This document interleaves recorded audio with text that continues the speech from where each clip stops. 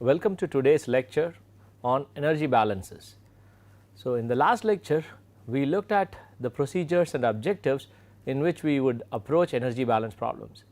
During that time we actually discussed that we can calculate change in internal energy and enthalpy only for certain types of processes. Today we will look at a specific type of process where there is no phase change or reactions happening. So, we can actually have to calculate change in enthalpy for different steps during such a system. So, the first type of a process would be where pressure changes at constant temperature. Now, experiments have shown that specific internal energy is not a function of pressure for solids and liquids at a fixed temperature, and this is also true for specific volume.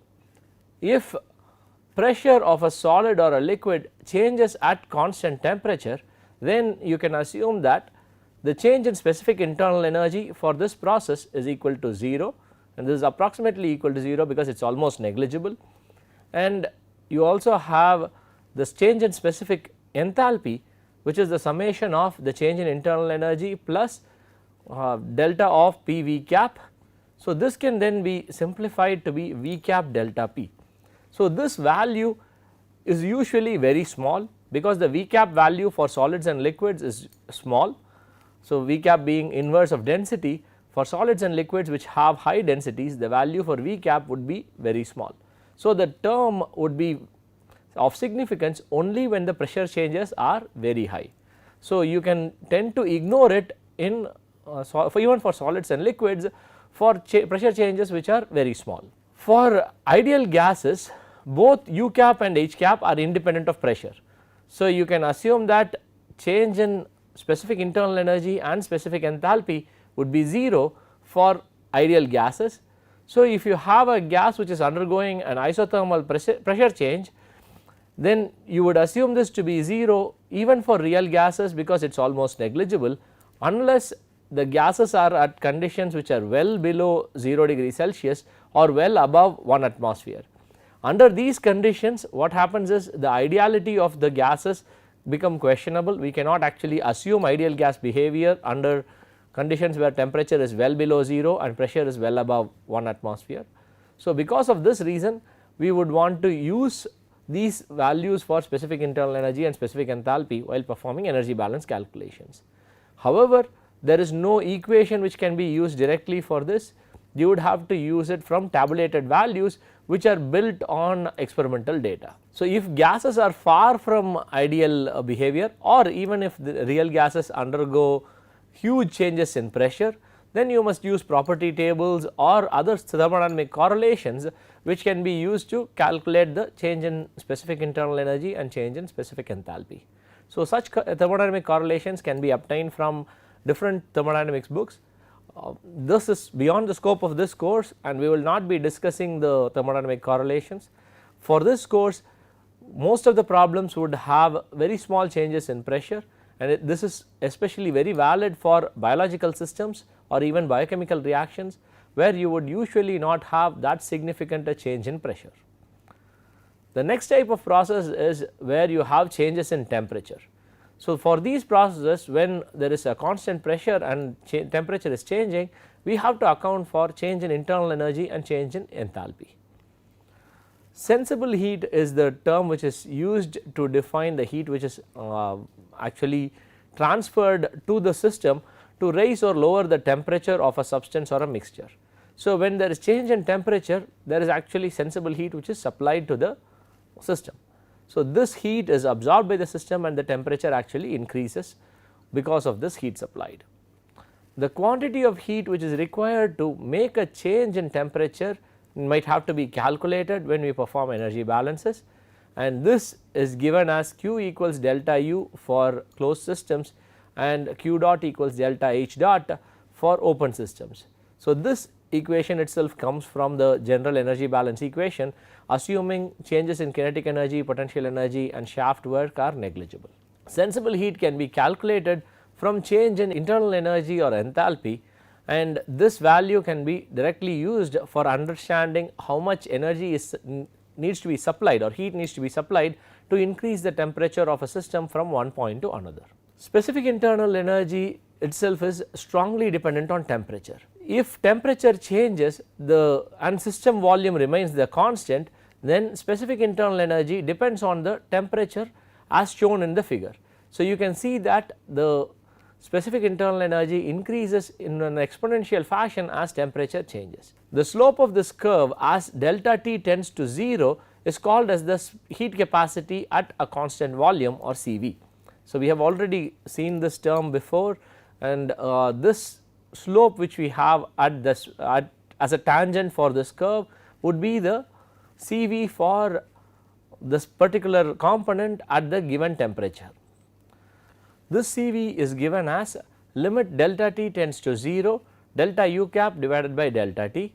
So, which is can also be written as dou U cap dou T at constant volume. So, specific internal energy is a function of temperature, and as we saw through the curve, this particular function is not a straight line, which means CV, which is the slope of the tangent drawn to the curve, will not be a constant for different temperatures. CV itself is actually dependent on temperature, and it is given in terms of polynomials which can be obtained from textbooks and reference books. The change in U cap for a temperature raise from T to T plus dt is at constant volume can be given as du cap equals CV, which is a function of temperature, dt. So, delta U cap would be integral T1 to T2 CV dt, where CV is actually a function of temperature.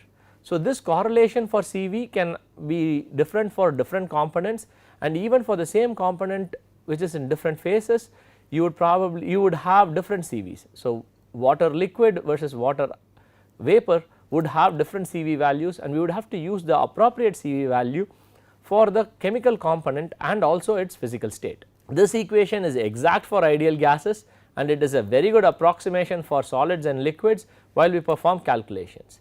It is also valid for non-ideal gases if volume is a constant. So, if you have a process where you have temperature and volume changing, then what you would do to account for calculating the change in internal energy would be you assume a hypothetical path.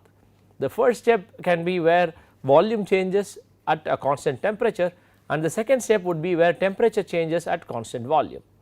For the step 1, where there is only volume change and no change in temperature, delta U cap would approximately be equal to 0 because it is negligible for all substances except non-ideal gases, where there is going to be huge changes in pressure or volume and so on. For step 2, where delta U cap depends on the temperature change, you would have to calculate it using the integral equation which we just derived. Delta U cap would be integral CV dt. So, the summation of these two change in internal energies will give you the total change in internal energy for the process. Instead of a constant volume process, if you were to have a constant pressure process, then you would have to account for change in enthalpy when the substance is heated. So, enthalpy also strongly depends on temperature, and this relationship is similar to what you saw with internal energy. So, if delta H cap is the change in enthalpy for an increase in temperature from T to T plus delta T, then as delta T tends to 0, the ratio of delta H cap by delta T approaches a limiting value which is called as the heat capacity at constant pressure. So, this is similar to what we saw for the CV value. Here this is called Cp, which is the heat capacity at constant pressure. Cp is given as limit delta T tends to 0 delta H cap divided by delta T, which equals dou H cap dou T at constant pressure.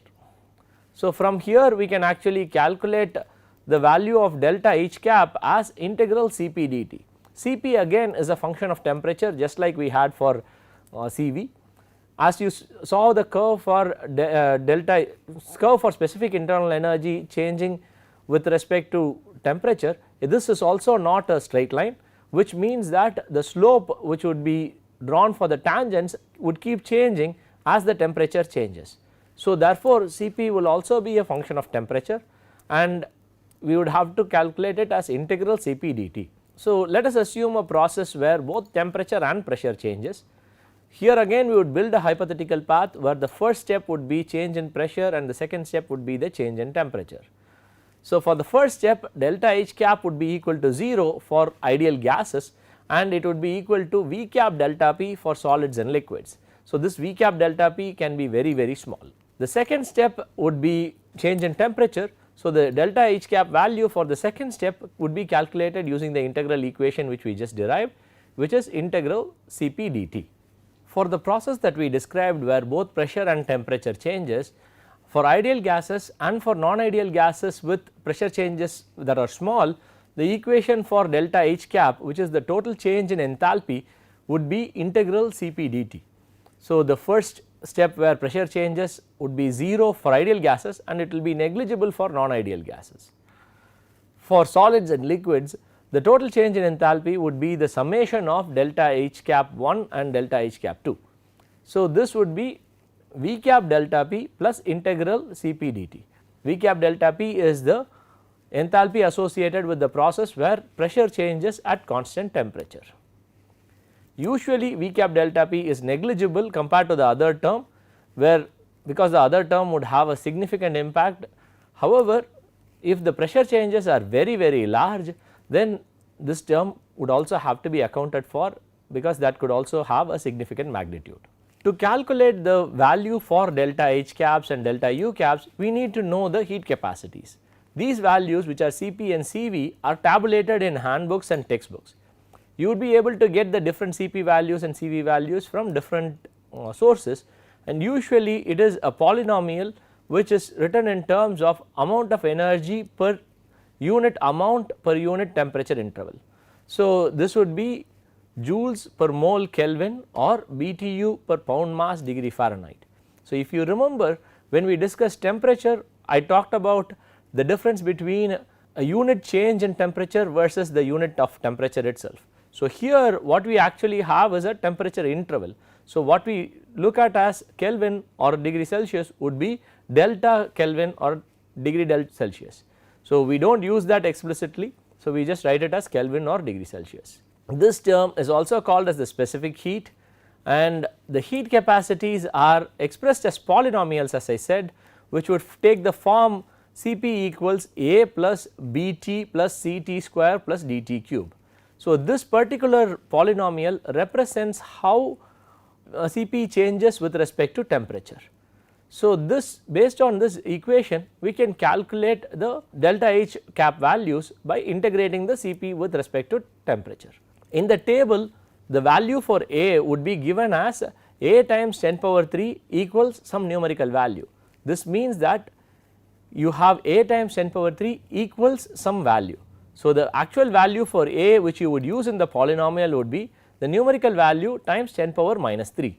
I will show you an example when we perform calculations, but please understand that you need to look at the table carefully and use the values appropriately.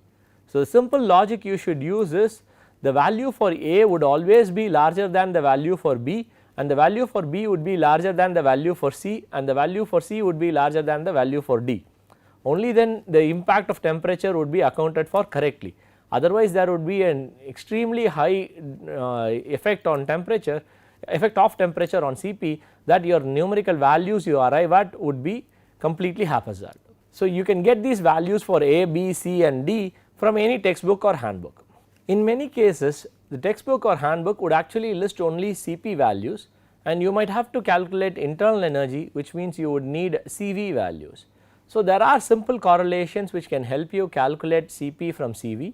So, for solids and liquids, Cp is approximately equal to Cv. For ideal gases, Cp equals Cv plus R. So, these are the simple correlations which you can use for calculating Cp from Cv or Cv from Cp.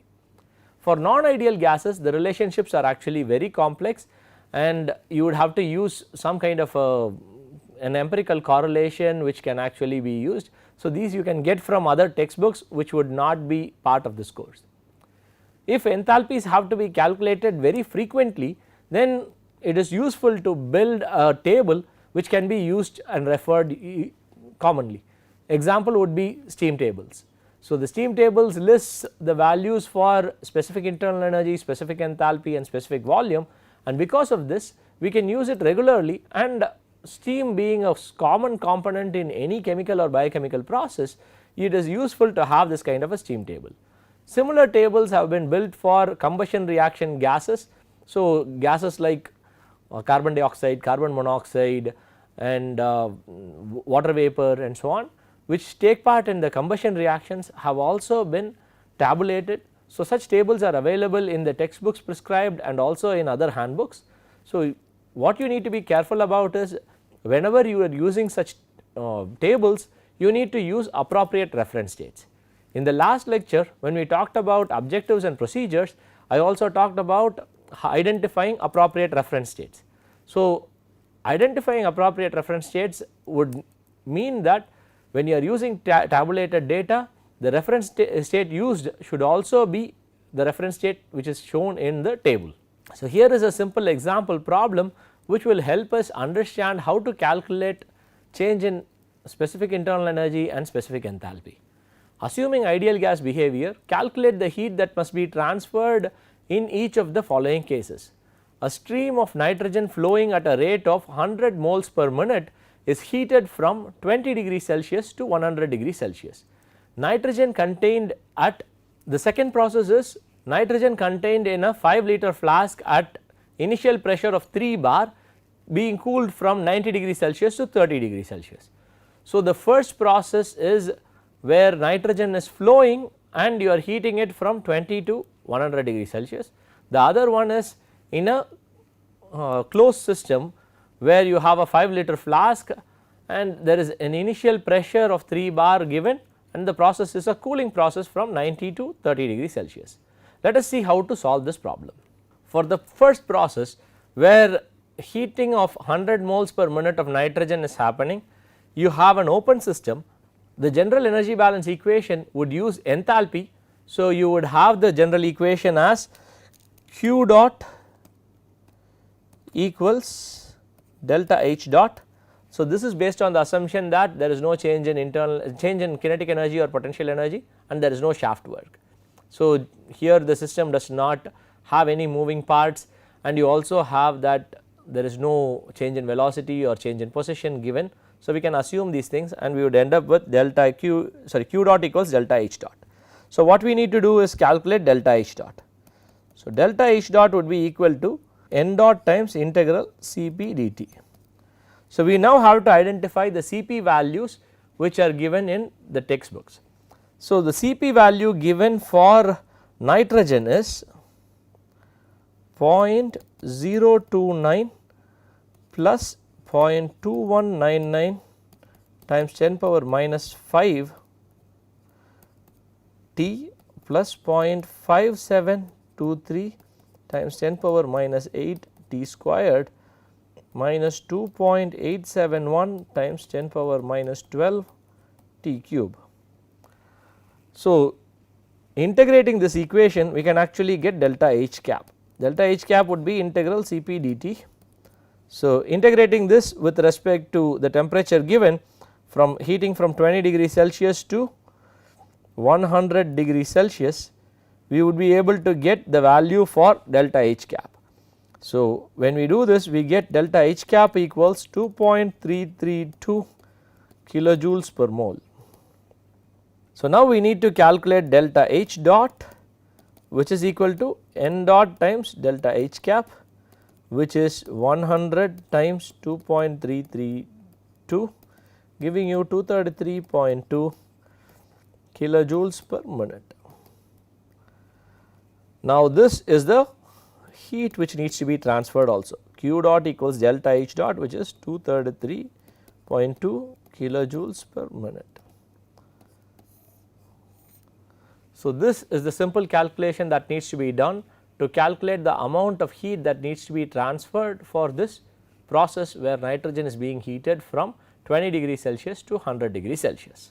So, the next process is a 5 liter nitrogen flask is at an initial pressure of 3 bar is cooled from 90 degrees Celsius to 30 degrees Celsius.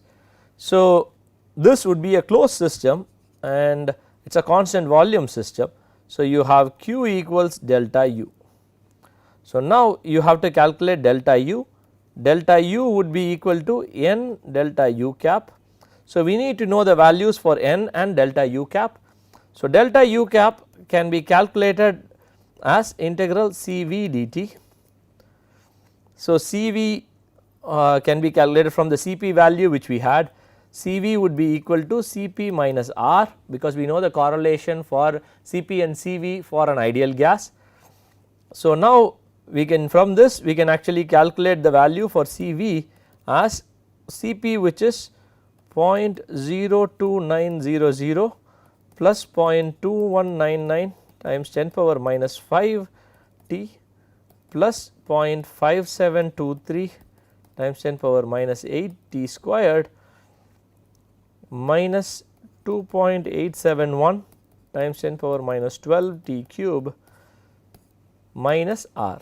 So, using the R with the appropriate units, you would have R value as 0.008314. So, which is kilojoules per mole degree Celsius, that is the units for Cv used. So, we would have to use the same units, and we would be having this value as 0.02069 plus 0.2199 times 10 power minus 5 T plus 0.5723 times 10 power minus 8 T squared minus 2.871 times 10 power minus 12 T cube. So, performing integral Cv dt, we can get delta u cap as minus 1.25 kilojoules per mole. So, the initial temperature is 90 degrees Celsius and the final temperature is 30 degrees Celsius. So, within this limits we have integrated it to get minus 1.25 kilojoules per mole.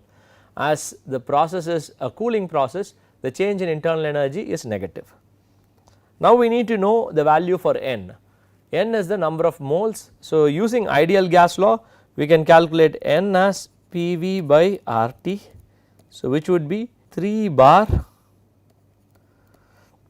times 5 liters.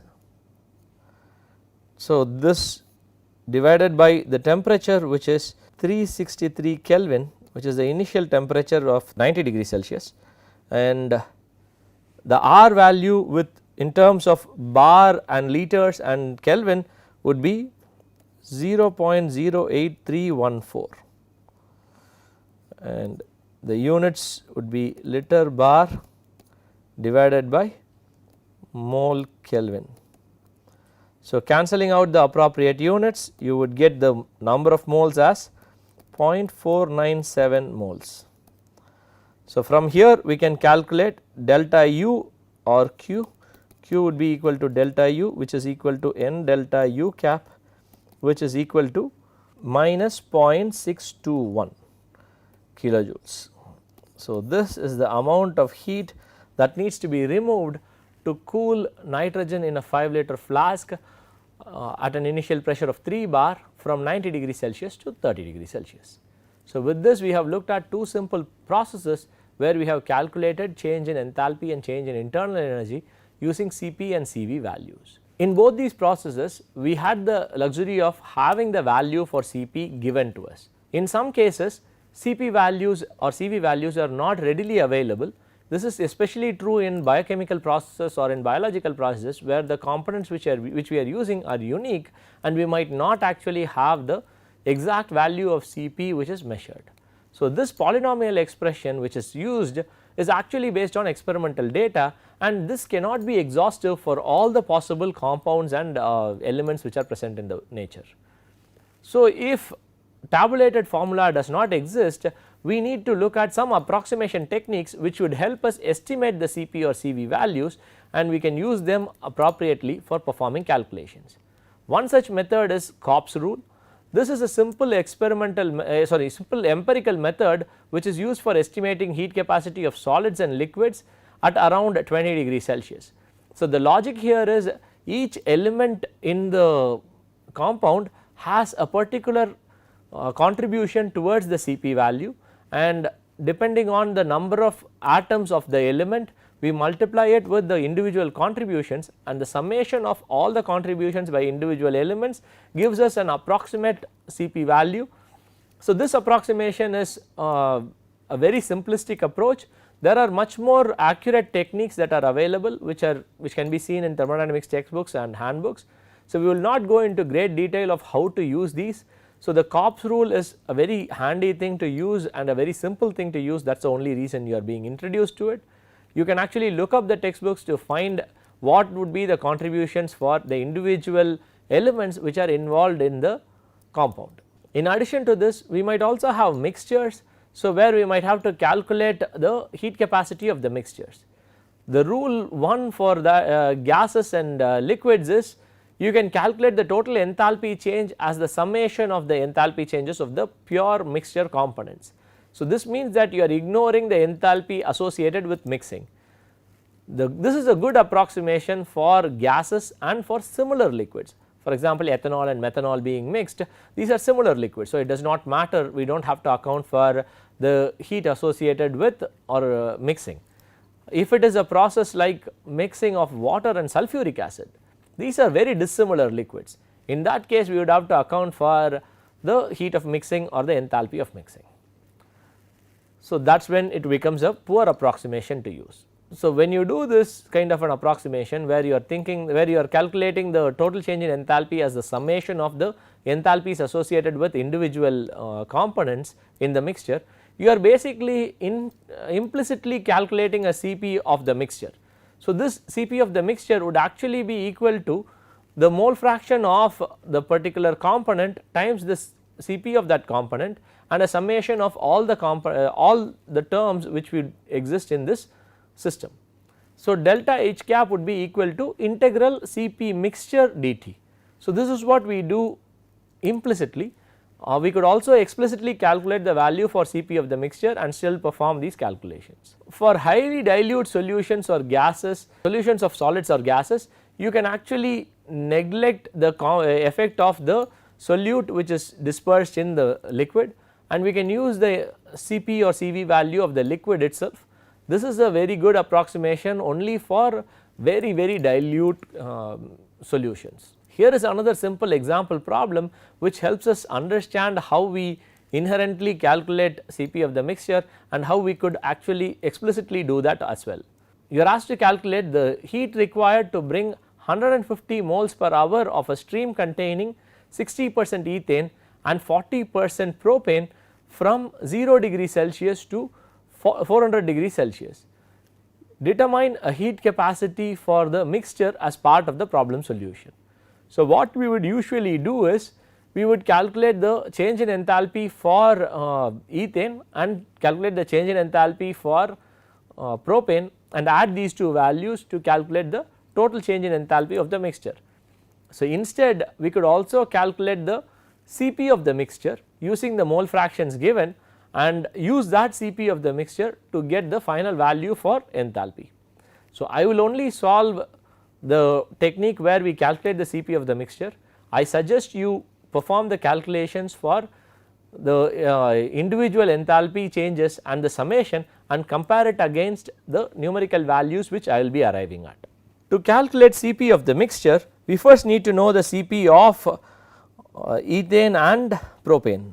So, Cp of ethane C2H6 is given as 0.04937 plus 13.92 times 10 power minus 5 T minus 5.816 times 10 power minus 8 T squared plus 7.280 times 10 power minus 12 T cube.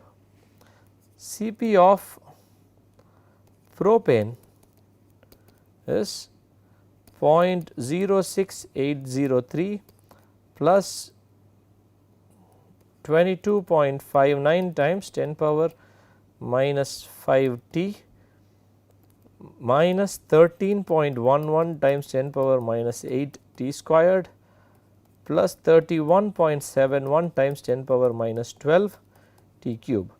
So, these values I have taken from your textbook, you could also get these from other handbooks. So, now that you have these two Cp values, you can calculate the Cp of the mixture.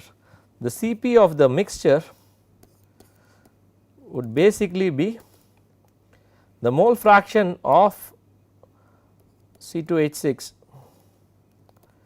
times Cp of C2H6 plus mole fraction of C3H8 times the Cp value of C3H8. So, this would be Cp of mixture equals 0.6 times Cp of C2H6 plus 0.4 times Cp of C3H8. So, calculating this, we can get Cp of mixture as 0.05683 plus 17.39 times 10 power minus 5 t minus 8.734 times 10 power minus 8 t squared plus 17.05 times 10 power minus 12 t cube. Now that we have the Cp of the mixture, the delta H cap value can be calculated as integral Cp of the mixture dt, and the change in temperature is from 0 degree Celsius to 400 degree Celsius. So, delta H cap after the integration would be 34.89 kilojoules per mole. So, one thing you should be careful about the temperatures you use is the temperatures you use should be in the same units as the temperatures given temperature units of the Cp term. Because you have higher degree polynomials, the integration would lead to an error if you use Celsius instead of Kelvin or Kelvin instead of Celsius. So, from the equation for open system, we would have q dot equals delta H dot, which is equal to n dot times delta H cap. So, n dot here is 150, so which would be 150 times 34.89, giving q dot is equal to 5230 kilojoules per hour. So, this would be the heat required for the process. So, with this we have looked at some of the fundamentals required for performing energy balance calculations in systems where there is no phase change or reaction. So, we will look at real processes where we can have such energy balances, and we will perform more calculations. We will look at how to perform these calculations in the next class. Until then, thank you.